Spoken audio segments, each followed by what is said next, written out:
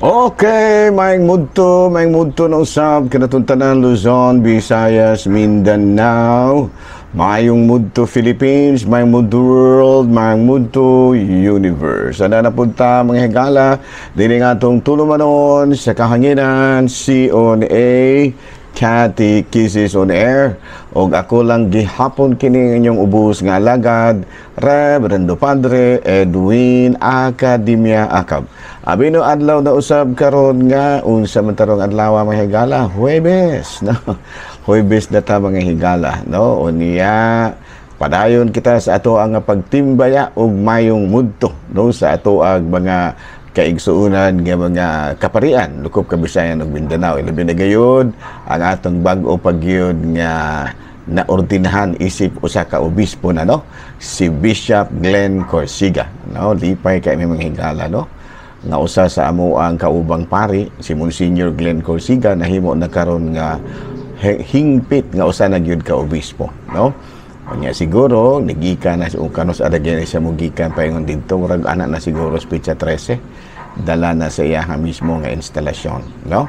Daghang kay mga ako di ko kakuyog mga higala, subo kay ko kay matod pa lagi ni saan magiunta ko gamukuyog pero murag naapikhan ko mga higala kay ang Pitsa 14 siguro Huwebes unya pagka Biyernes mukuan ka nang mupay pagnguli namo may puruhan nga basin unya ba maparehos unya didto ba sa kining Manila nga si Archbishop John Brown wala madayon og ari kay wala canceled ang mga flights ingon niya na kunay ko kuyawan ako so niya makuan unya kaning gitawag nato og maalang-alangan unya ako ma-jeopardize unya mga higala, no, ma-jeopardize unya ako mga schedule diri sa ayungon no, pero sige lang Father Monsip Glenn, no, at least nakasakti gid may sa imong ordinasyon isip usa ka obispo.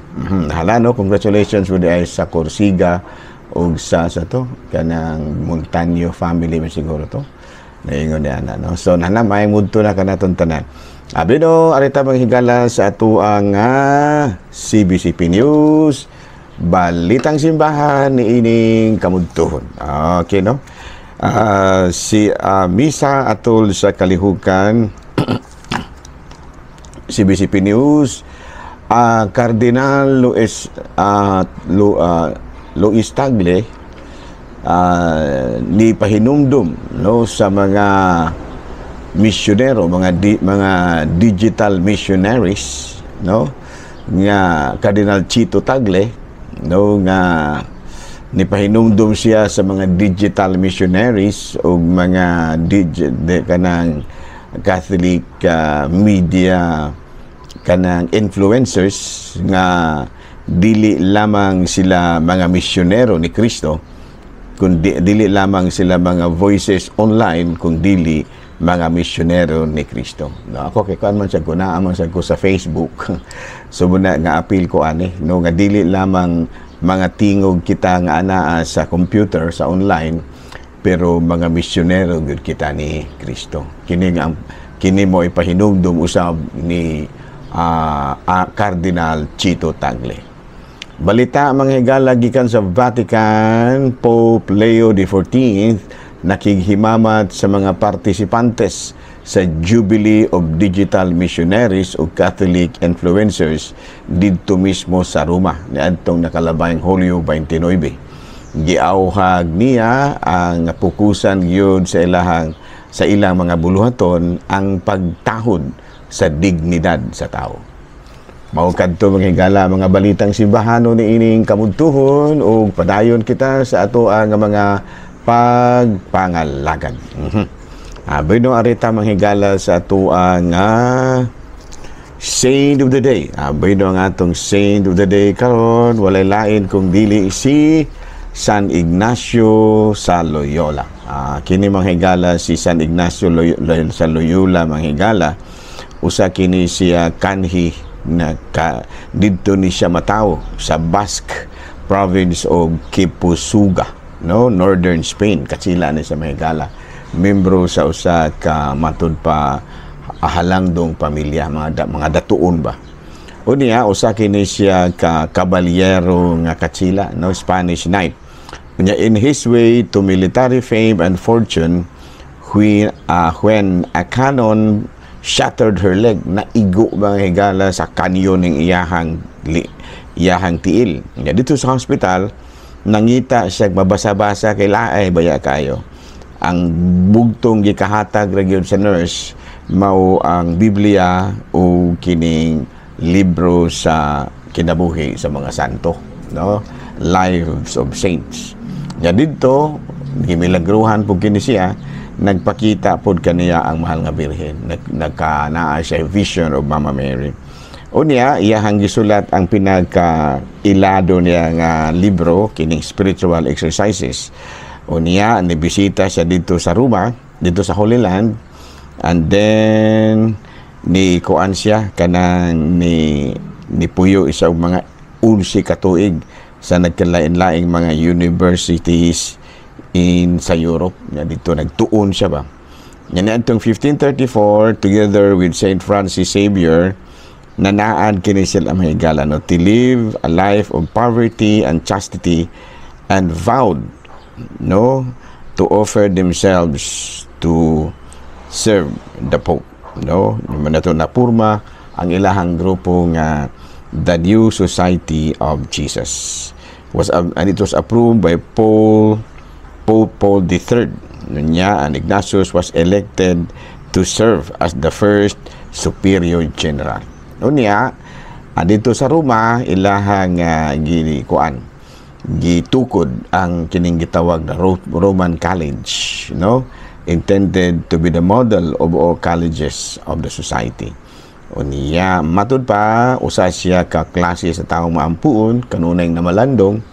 Unya he centered his spiritual life on the essential foundation of Christianity, the Trinity, Christ, and the Eucharist. Unya matud pa ang iyahang espiritualidad nagkanayon ad maiorem Dei gloriam, for the greater glory of God.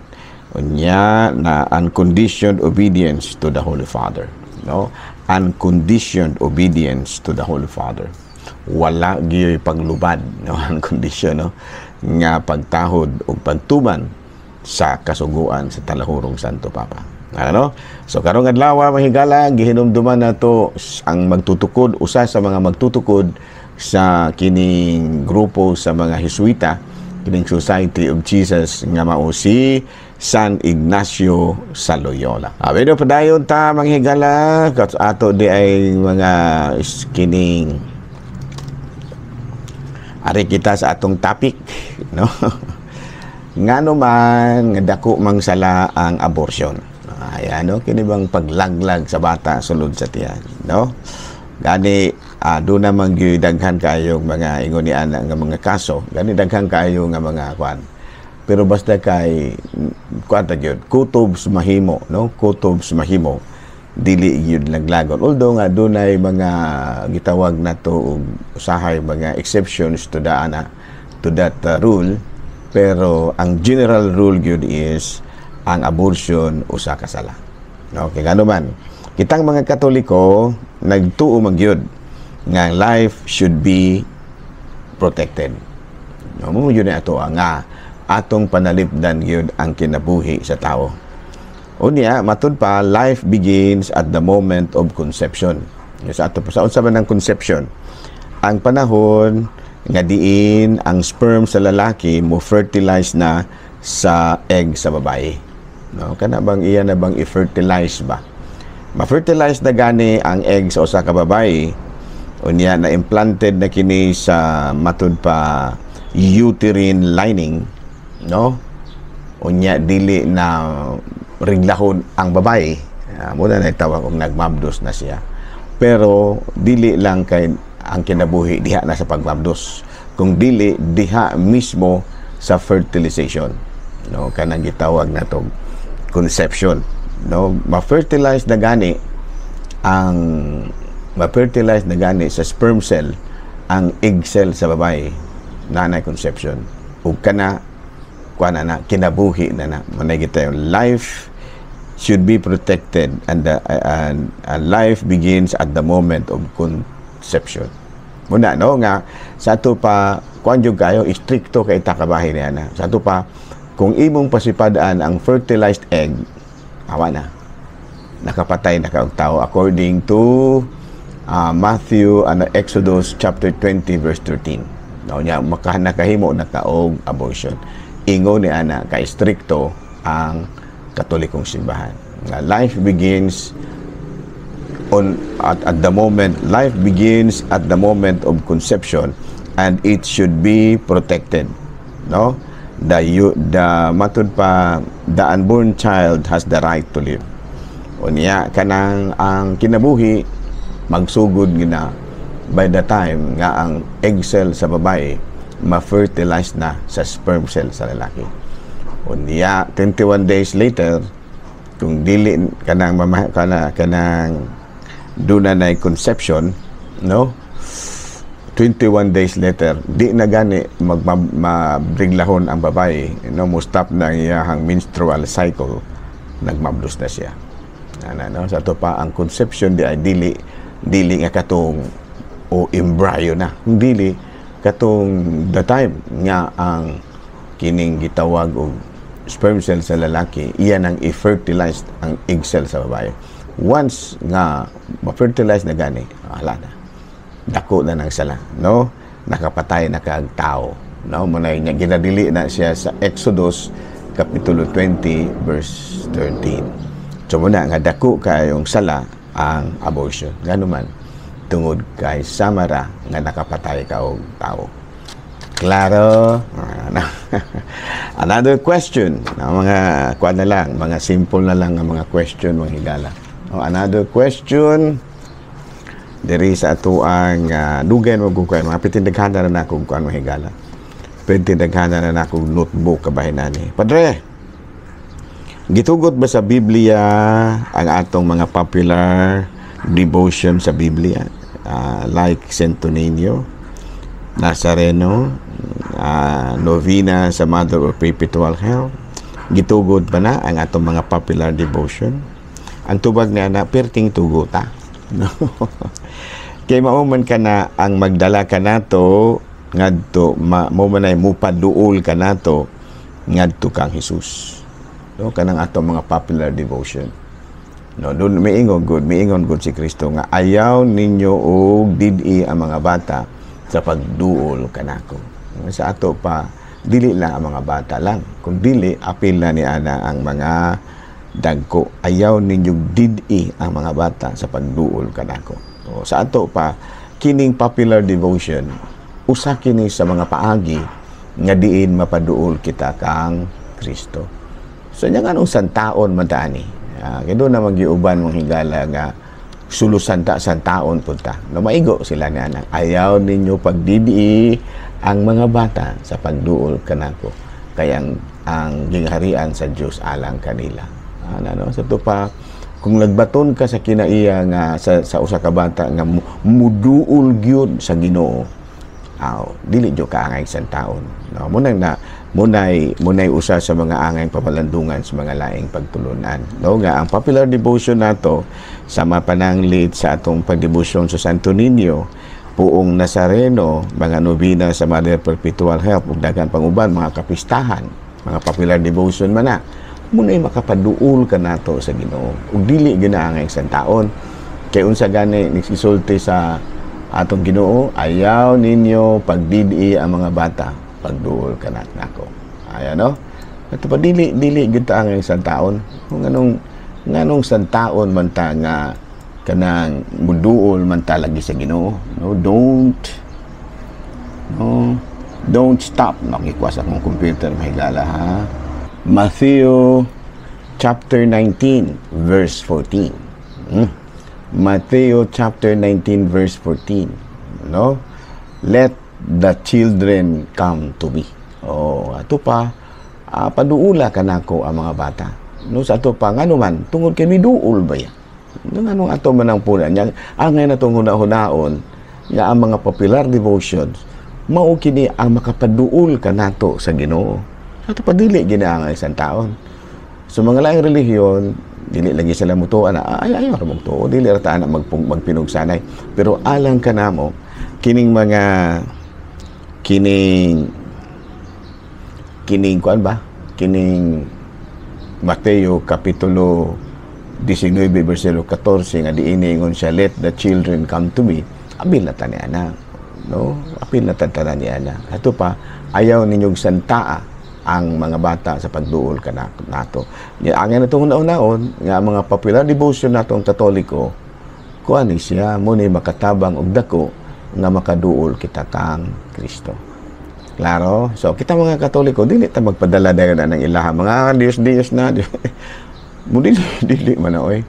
Kana mga fiesta, ingon ni ana, no? Let the children come to me. Nga naman, tungod kay ang mga bata, kanang gitawag na itong buduol gid na sa Ginoo. Sa ato pa kita pod nga mga dili lang kay mga bata lang, kung dili kitang tanan, no? Kay diingon baya si Kristo nga unsa gisulti ni Kristo, no? Unsa iyang gisulti, ang dili magpakasama sa usa ka bata dili makasulod sa gingharian sa langit. Muna siya atong angay nato ng pamalandungan, ha? Noong ang giingon si Kristo nga ang dili magpakasama sa usa ka bata dili makasulod sa gingharian sa langit. Sa ato pa, magpakasama kita sa usa ka bata, no? Nga kanang gitawag na tong muduol gyud sa Ginoo. Ingon ni ana. Unya kini laging mga popular devotion, mao kini sila ang usa sa mga paagi nga diin makaduol kita sa Ginoo. No, kana magrosaryo ta, laliman baya ka ng rosaryo nga pila na kamahanamo sa usa ka misteryo, 5 kamahanamo na ug 50 ka maghimaya ka Maria. Nga sa ato pa kun muduol kita sa mahal nga birhen, kaya ang na tong hunaon mahigala, no? Nga ang mahal nga birhen ug ang iyang anak kanunay gid ang gakuyog. Asa gani si Kristo tuwa pud na ang mahal nga birhen. Nahitabo ka na sa diha nga gilansang sa krus si Kristo. Ang iyang inahan diha ra gyud sa iyang kiliran, diha ra gyud in town, no? Ang uban nga mga tawo nga iyang mga amigo na nalagan baya, usa na mga apostoles nalagan og apil, usa ra gyud ka apostoles ang wa gyud mudagan, si San Juan apostol. Kay ngano man duna may giingon si Kristo nga anak ani ang imong inahan ani ang imong anak. So wa gyud biyae ni San Juan si Mama Mary kay gibilin gud siya ni Kristo. Ito na yung uban nga pasipad-an man Hinuo ng mahal nga birhen, no? Uban ba kay babae ra kuno, no? Ay kanang tawo ra kuno, dili mo lang di po ta mag-iningon ana, no? Nga abi kay tawo ra ato nga iningnon ana nya kay niingon baya si Kristo sa iya mga tinunan, no?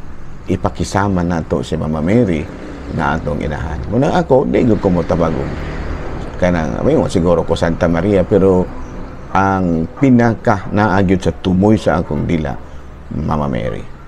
Dili gina. May siguro ko Holy Mary, Mother of God, og Rosario. Pero kung ako ra kung motawag ko mahal nga birhen, Mama Mary gid. No, dili man pag-unsa mahigala, pero doon katawid ang panahon sa kuan ba? Katong panahon sa kini ako testimonya na lamang po niya. Tuo mong sa dili naranan ninyo. Kuan ba kanang sakit ra pagkasulti ha. Kana bang katubang COVID kay kami doon naman gud may among devotion dire sa Ayungon. Kini bang gitawag og PDR, no, Perpetual Dawn Rosary. Kada kadlaw ang gimi rosaryo. Karon kay gidid-an naman tang magtapok-tapok itong COVID. Didaan man ta. So pero ako sige gapon kong garosaryo nya diha may usa si Gabriel nga sir na nga ni kuan gyud siya kanang niduyog gyud siya nako kami randuhan nag rosaryo mi nga unya diha uban nagkuan lang kanang nagpalayo lang gihapon diha man tuod si konsehal man aron si konsehal Jing Gumba nagpalayo ra siya namo, pero ako og si Gabriel galuhod jud mi ga kuan may ga rosaryo minduhan. Siya po ako maoitig manalabtan, siya moitig sabat. So ang nahitabo may gala samtang nagrosaryo may diha gyud tingog sa kababae nga des among luyo ni sabat, no, nagsabat des among luyo, pero dakong milagro may higala kay ngano ang nakakita na mo katubang mo nagdani ni apil man tuod pero gapalayo ora dito rapid sa gawang wa gyud tao sa luyo. pero nganong diha may nisabat namo nga babae. Muna akong eksperyensya, no? So kanang kabahin sa Rosario mahigala. Ako di ko makaingon si Mama Mary gito, kaya mo ko kita. Pero basta pwede pog anghel pud to. Pero basta kay ang pagsanto, pag-ampo sa Santos ka Rosario, milagruso gina kay ako mismo nakasinati jud ko ingon ana. Kay ako wa man ko kabalo nga wala di ay babae sloyo pero naamay nga tingog. Dili gina ingong patuo orang istorya tinuod gina may gala. Ngano? So ako nakasinati jud ko wa ginoon ko wa ginoon ko matagay sa privilege nga makakita. Pero nakadungog ko. Nakadungog jud ko mismo. Pagkapatsada kay tingog. Wala lang yun makumplito ba ang kanang milagro ba kay basin po siguro mura po gito gamay pong ganti ba sa among pagrosaryo bisag nag-COVID. At least nakadungog yun mo ba? No, ano, buhi gina na akong testimonya nga di yun na ako makalimutan ng santo. Kaya proud man ko kay ana. Kaya at least kung anghel maganito, nakadungog yun kong tingog sa anghel. Pero kung si Mama Mary gito, nasamot na.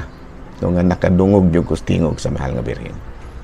Klaro? Diyan ka ng rosaryo, popular devotion ba yan? Popular devotion ba na? Diyan usa na sa mga paagi nga diin makaduol kita kang Kristo. Kasi Kristo mismo sa kita gisulti ni Kristo. Matthew chapter 19 verse 14, let the children come to me. Okay? Klaro? Alaso din nila sa takutob ha.